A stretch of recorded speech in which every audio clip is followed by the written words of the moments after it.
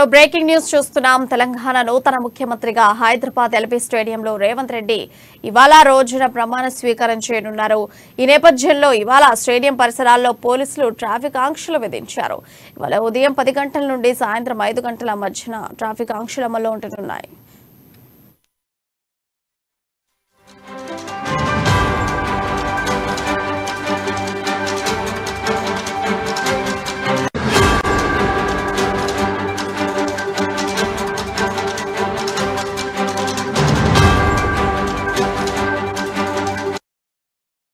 Traffic ఆంక్షలతో వాహనాలు దారి మళ్లించడం ద్వారా Ravindra Bharathi traffic police control complex, Basheerbagh, SBI gun foundry, Abid circle, Liberty circle, Himayat Nagar, assembly, N J market కూడళ్ల వద్ద వాహనాలు పెద్ద ఎత్తున బారులు తీరే అవకాశం ఉందని ట్రాఫిక్ పోలీసులు తెలిపారు.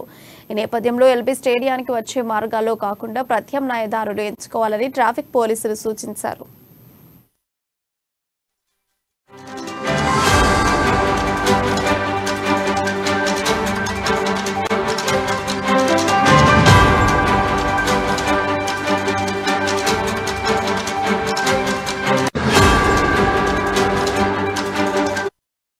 బ్రేకింగ్ న్యూస్ చూస్తున్నాం. తెలంగాణ నూతన ముఖ్యమంత్రిగా హైదరాబాద్ ఎల్బీ స్టేడియంలో రేవంత్ రెడ్డి ఈ రోజున ప్రమాణ స్వీకారం చేయనున్నారు.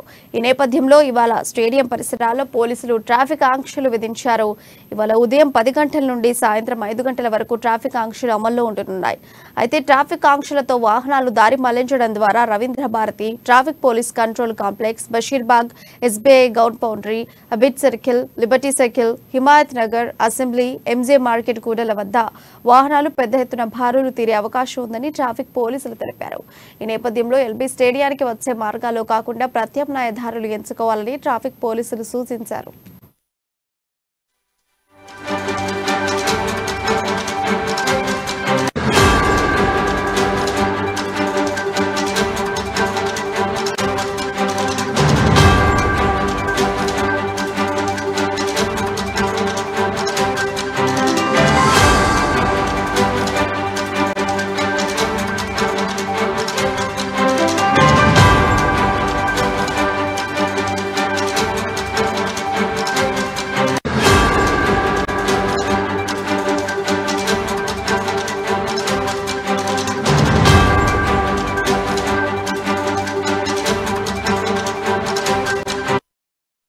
తెలంగాణ నూతన ముఖ్యమంత్రిగా హైదరాబాద్ ఎల్బీ స్టేడియంలో రేవంత్ రెడ్డి ఈ రోజున ప్రమాణ స్వీకారం చేయనున్నారు.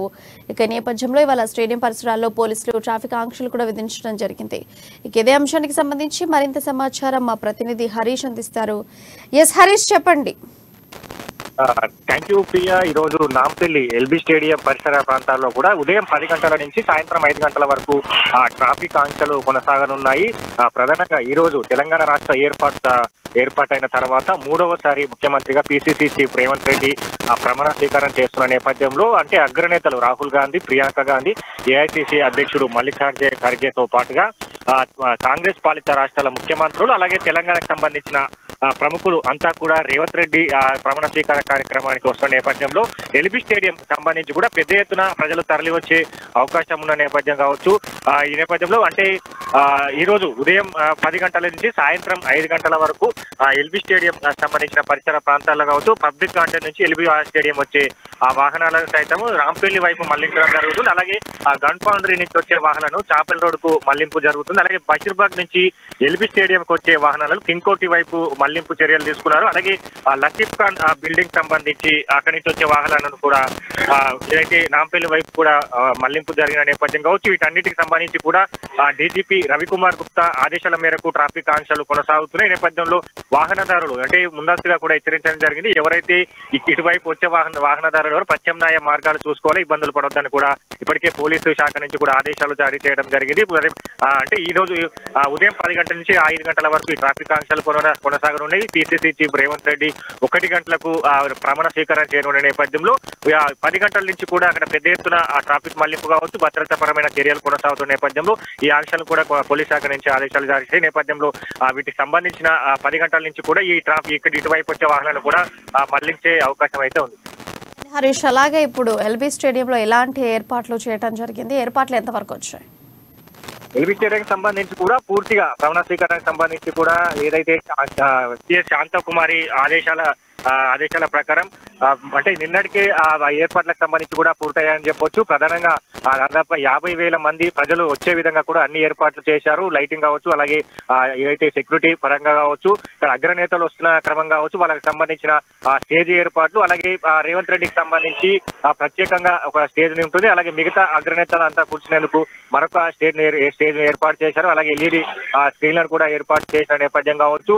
అంటే గవర్నర్ సంబంధించి 1 గంట ప్రాంతంలో పిసిసి చీఫ్ రేవంత్ రెడ్డితో ప్రమాణ స్వీకారం చేస్తారు. రేవంత్ రెడ్డితో పాటు మరో 8 మంది మంత్రివర్గంలో ఉన్న నేతలు కూడా ప్రమాణ స్వీకారం చేసే అవకాశాలు ఉన్నాయి. కాబట్టి ఇప్పటికే ఇక్కడ సీఎం కేసీఆర్ కే కావచ్చు, చంద్రబాబు నాయుడుకు, అలాగే ఏపీ సెకండ్ కు కూడా ఆహ్వానం అందిన నేపథ్యంలో పెద్ద ఎత్తున సెలబ్రిటీలు ఇక్కడ సినీ ఇండస్ట్రీ నుంచి కూడా అందరికీ ఆహ్వానం అందించిన నేపథ్యం కావచ్చు.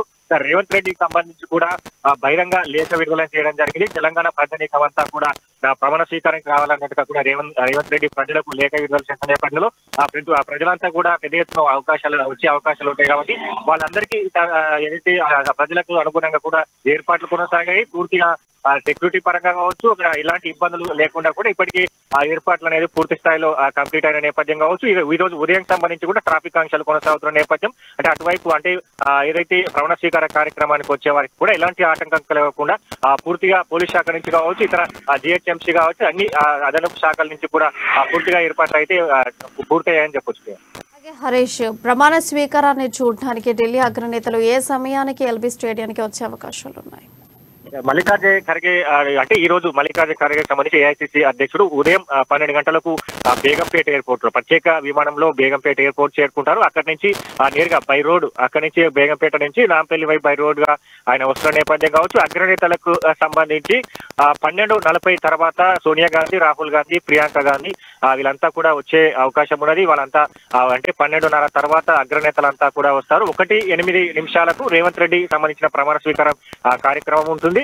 ఆ తర్వాత రేవంత్ రెడ్డికి సంబంధించి ఇక్కడే అగ్రనేతలు మాట్లాడిన తర్వాత రేవంత్ రెడ్డి సంబంధించిన ప్రసంగం తర్వాత రేవంత్ రెడ్డి ఇక్కడి నుంచి నేరుగా సెక్రటేరియట్ వెళ్తారు. సెక్రటేరియట్ లో 3 గంటల ప్రాంతంలో కూడా సెక్రటేరియట్ కు వెళ్తారు. అక్కడ ఏదైతే కాంగ్రెస్ పార్టీ 6 గ్యారెంటీలు ఇచ్చిందో 6 గ్యారెంటీల ఫైల్ పైన కూడా సంతకం చేయనున్న నేపథ్యం. అలాగే ఎల్బీ స్టేడియం సంబంధించి గతంలో దివ్యాంగురాలు రజనీకి రేవంత్ రెడ్డి హామీ ఇవ్వడం జరిగింది. గాంధీ భవన్ ఏదైతే గేట్ ఎదురు చూస్తున్న రజనీకి సంబంధించి రేవంత్ రెడ్డి లోనకు పిలిపించుకొని మాట్లాడడం జరిగింది. తను పీజీ పూర్తి చేశాను, పీజీలో తనకు ఇప్పటి వరకు ప్రైవేట్ ఉద్యోగం కావచ్చు, ప్రభుత్వ ఉద్యోగం కావచ్చు నాకు రాలేదు, ఉద్యోగాలకు సంబంధించిన ఇంటర్వ్యూలకు వెళ్ళినా కూడా నన్ను తీసుకోలేని పరిస్థితి ఉన్నదని కూడా ఆమె ఆవేదన చెప్పిన నేపథ్యం కావచ్చు. అప్పుడు రేవంత్ రెడ్డికి సంబంధించి ఆయన హామీ ఇవ్వడం జరిగింది. ఖచ్చితంగా కాంగ్రెస్ పార్టీ అధికారంలోకి వస్తే మొదటి సంతకం నీకు ప్రభుత్వ ఉద్యోగం నీకు ప్రభుత్వం ఉద్యోగం కల్పిస్తున్నట్టుగా కూడా రేవంత్ రెడ్డి హామీ ఇచ్చారు. గ్యారెంటీ కార్డు ఇచ్చిన నేపథ్యంలో రజనీకి కూడా అక్కడ కాంగ్రెస్ పార్టీ కావచ్చు పిసిసి నుంచి ఆహ్వానం అందింది.